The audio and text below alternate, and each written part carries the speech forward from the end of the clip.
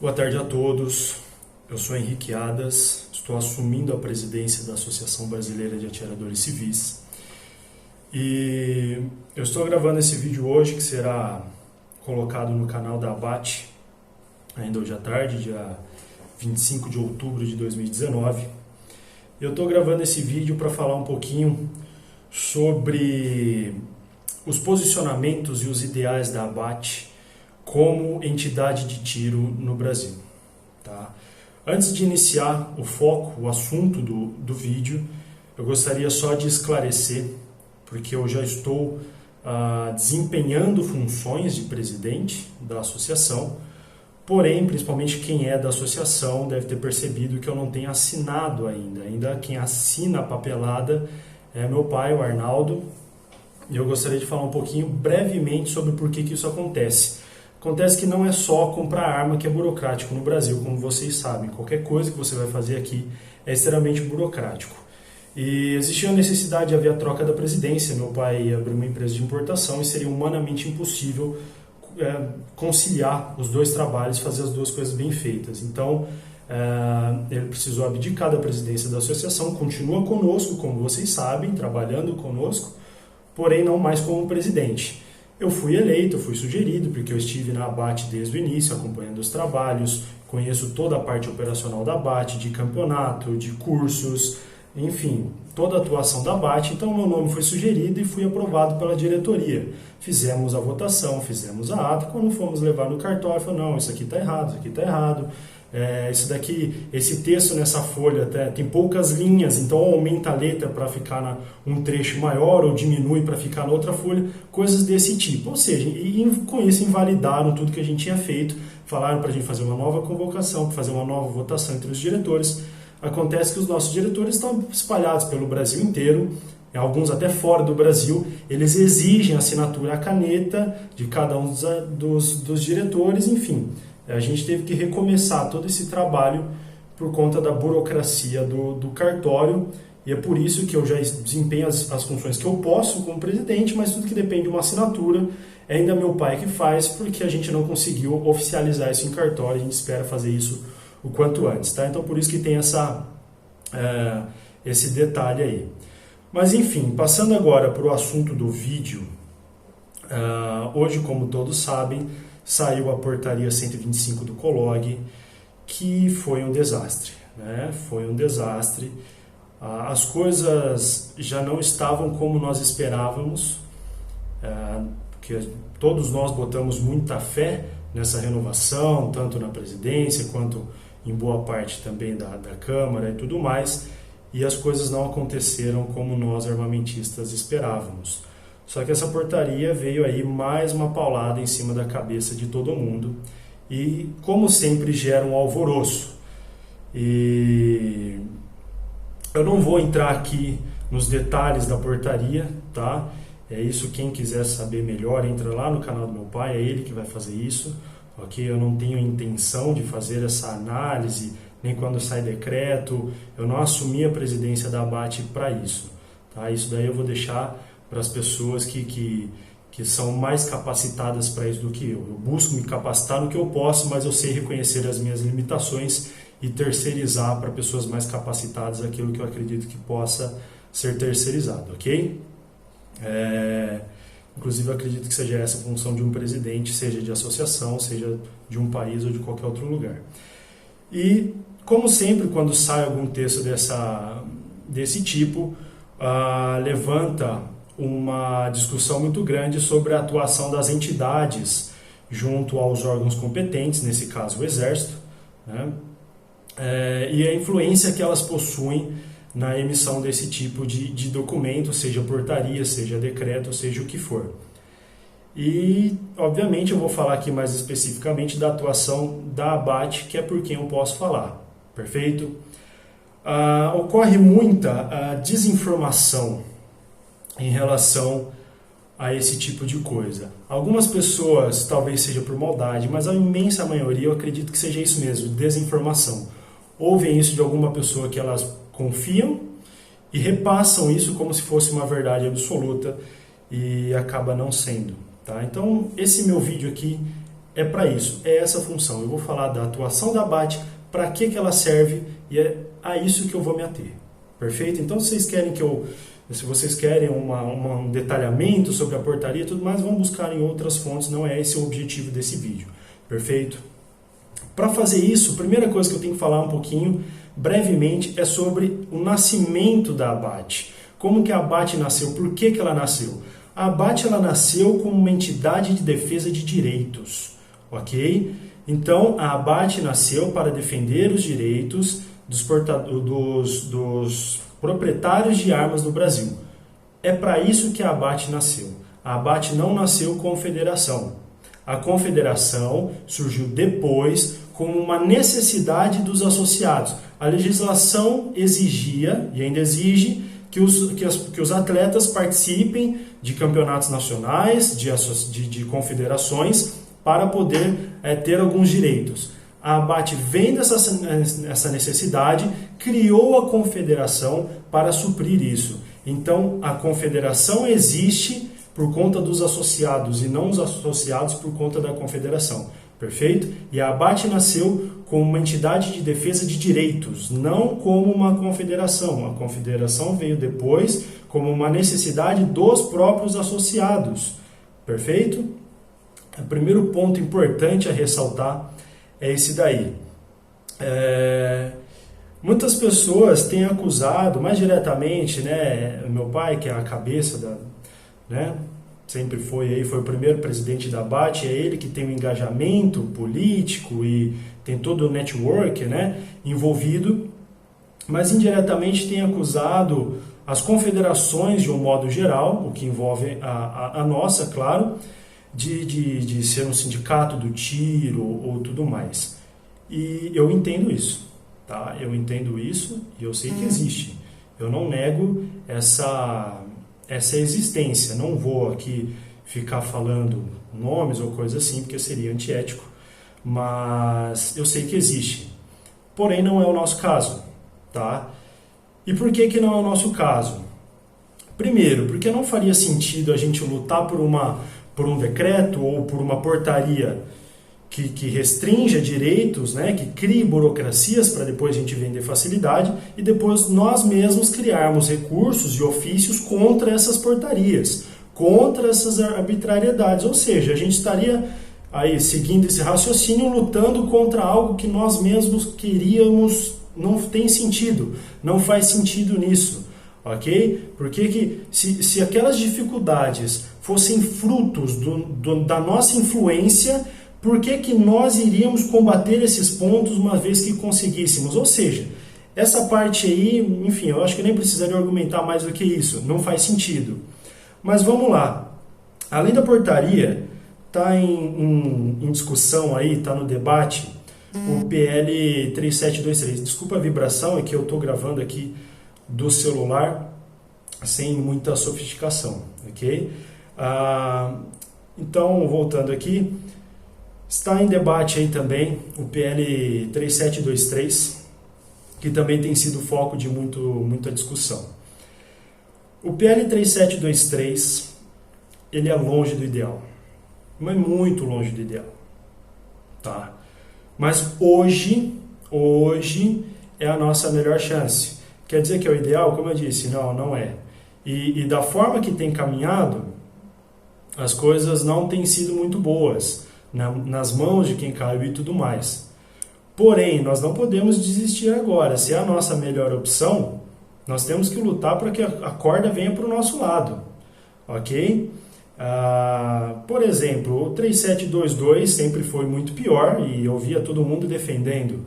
Então, assim, logo de cara, qualquer um que defendesse o PL 3722, principalmente nos seus últimos dias, não tem moral nenhuma para falar de 3723, tá? Porque o 3722 se tornou uma catástrofe tão ruim quanto, ou na verdade muito pior, tá? Então vamos relatar isso daí.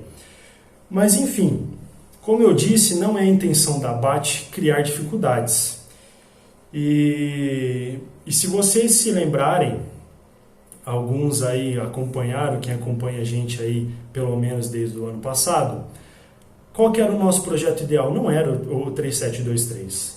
O projeto que nós gostaríamos era o 7075. Era um projetinho com 10 artigos, menos burocrático que isso é impossível. Era um projeto de 10 artigos que revogava o Estatuto do Desarmamento, e esses 10 artigos iam regulamentar toda a questão de armas no país.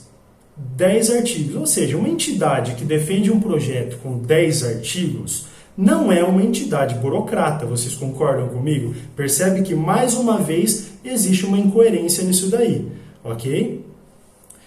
E, inclusive, nós fomos até muito criticados por defender e participar da criação do PL 7075, porque diziam que era um projeto muito enxuto, era um projeto que ele não tinha a abrangência necessária para tratar da questão da legislação de armas. Ou seja, percebam que assim, não se decidem, né? Quando a gente defendeu um PL e ajudou a criar um PL de 10 artigos, diziam que era muito enxuto, que tinha que ter uma complexidade jurídica maior.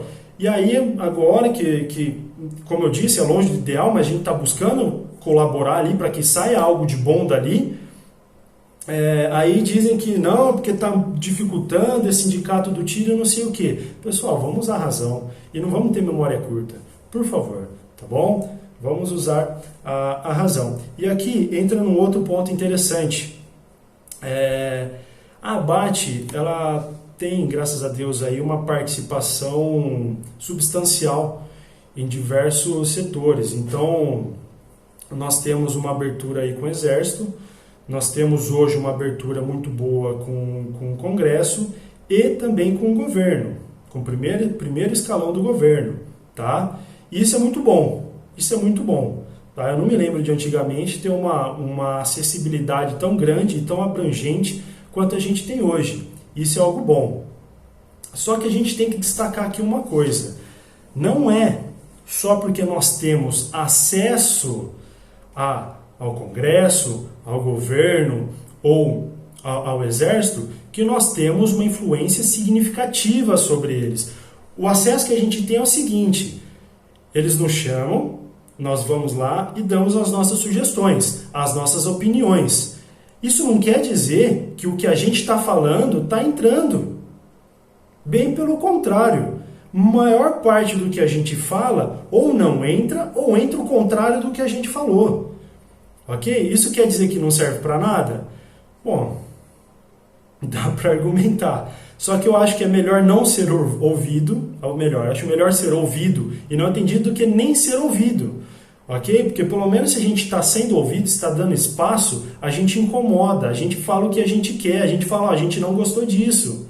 Ok? Que nem o meu pai fez o ofício aí pro general, hoje, em relação a essa portaria que saiu, ele que foi eleito lá, conselheiro consultivo, por ser presidente da ABAT, tá? Então, o Arnaldo Adas foi eleito ali para o conselho consultivo, foi escolhido, mas em virtude da sua presidência na associação, ok? Isso é importante ressaltar, tá?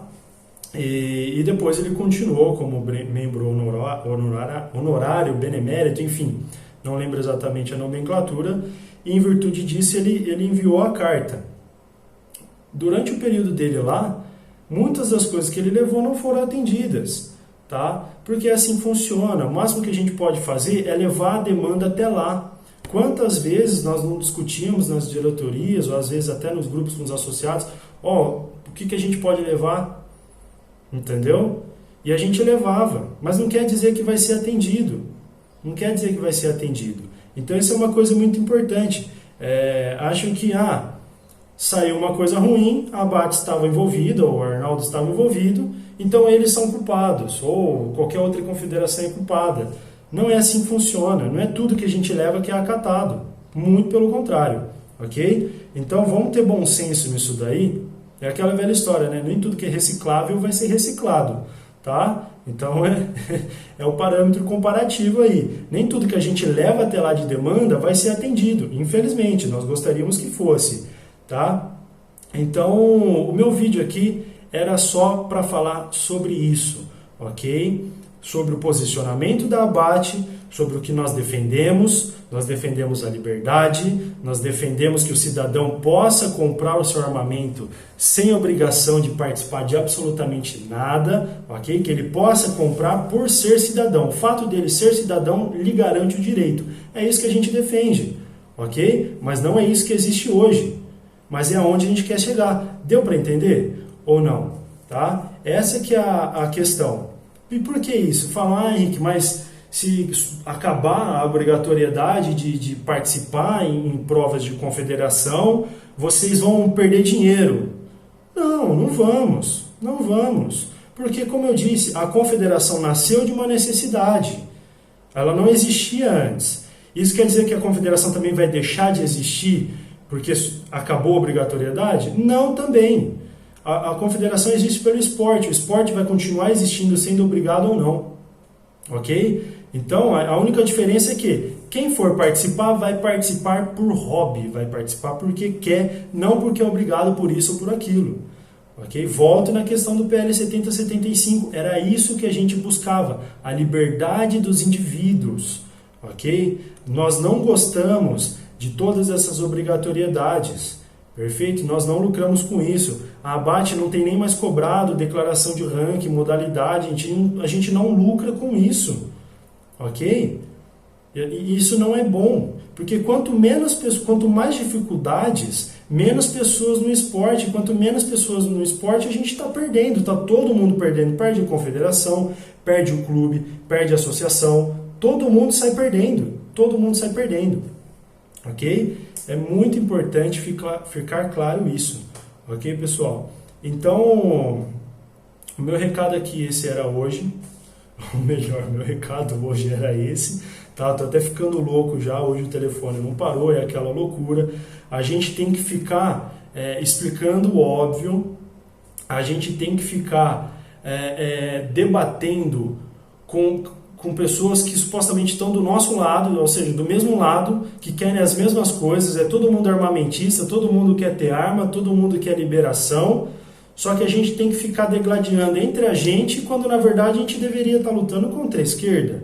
É uma insanidade isso daí. O Freixo conseguiu aí assumir o PL e eles não precisaram fazer nada. A esquerda não está precisando fazer nada contra a gente. Ela só está precisando ficar parada e a gente mesmo está se batendo. Percebem? Então, por favor, pessoal, vamos usar um pouquinho mais da razão. Tá? Existem frutos podres? Com certeza. Existem os frutos podres entre os CACs, entre os despachantes, entre os clubes, entre as confederações. Onde tem pessoas, vai ter coisa ruim. Seja no mundo do tiro, seja no mundo religioso, seja no mundo o que for. Tem pessoa envolvida, vai ter problema. Mas vamos tomar cuidado com as generalizações e vamos buscar usar um pouco mais de bom senso e não atacar quem está tentando ajudar. Ok? Como eu disse, eu não posso falar por outros, eu não posso falar por outras pessoas, por outras instituições, eu posso falar por mim, Henrique Adas, e pela ABAT e pelo serviço que a gente faz, ok? Busquem conhecer melhor, se tem qualquer coisa que discordem, traz até a gente, ok? Tem o nosso e-mail, tem o nosso telefone, ok? Traz até a gente e a gente vai tentar debater, a gente vai tentar explicar, a gente vai tentar conversar. Mas não vamos ficar degladiando entre nós, porque quem sai ganhando é a esquerda, e quando a esquerda ganha, a gente perde, o Brasil perde, todo mundo sai perdendo, ok?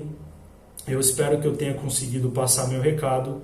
Eu tentei, está quase 20 minutos, eu tentei ser breve, mas é um assunto delicado, que requer atenção e que requer detalhismo, clareza.